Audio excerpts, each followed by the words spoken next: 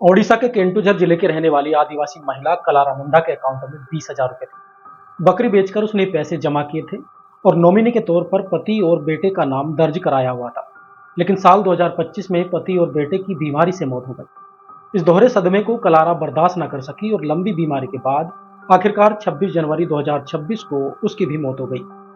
परिवार में कोई और नहीं बचा, इसलिए कलारा के भाई जीतू मुंडा ने उसका अंतिम संस्कार कर दिया और शव को दफना दिया। बहन की एक छोटी सी झोपड़ी थी।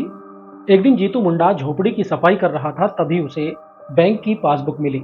उसने एक पढ़े लिखे व्यक्ति को पासबुक दिखाई तो पता चला कि उसकी बहन के खाते में 19,300 रुपए हैं। उस व्यक्ति ने कहा कि वो इन पैसों को निकाल सकता है। अगले दिन जीतू बैंक पहुंचा और बहन के खाते में जमा 19,300 रुपए मांगने लगा। लेकिन बैंक कर्मचारियों ने कहा कि खाता उसकी बहन के नाम है, इसलिए पैसे भी उसी को मिलेंगे। जीतू ने बताया कि उसकी बहन की मौत हो चुकी है। इस पर बैंक कर्मचारियों ने कहा तो ये पैसा उनके नॉमिनी यानी महिला के पति या बेटे को दिया जाएगा। जीतू ने बताया कि उन दोनों की भी मौत हो चुकी है। बैंक वालों ने जीतू की बात पर भरोसा नहीं किया और उसे बैंक से बाहर निकाल दिया। लेकिन इसके बाद भी जीतू करीब 2 महीनों तक बैंक के चक्कर लगाता रहा। पिछले हफ्ते एक बार फिर वो बैंक पहुंचा और कैशियर से हाथ जोड़कर कहा कि मैं कई बार बता चुका हूं कि मेरी बहन की मौत हो चुकी है और उसके परिवार में कोई नहीं बचा, आप मुझे मेरा पैसा क्यों नहीं दे रहे। कैशियर ने कहा कि हम कैसे मान लें कि तुम्हारी बहन की सच में मौत हो चुकी है।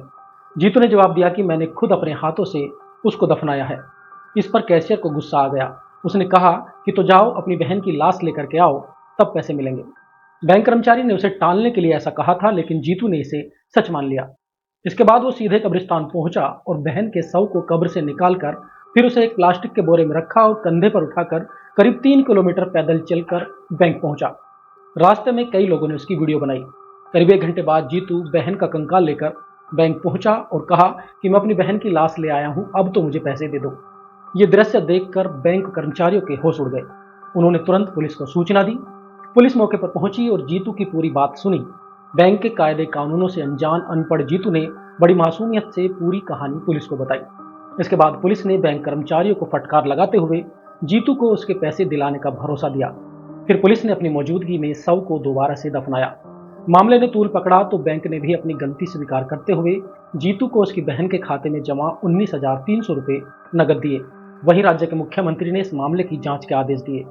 ये पूरी कहानी यह बताने के लिए काफी है कि सरकारी सिस्टम किस तरह से कम पढ़े लिखे लोगों के लिए परेशानी का सबब बन जाता है।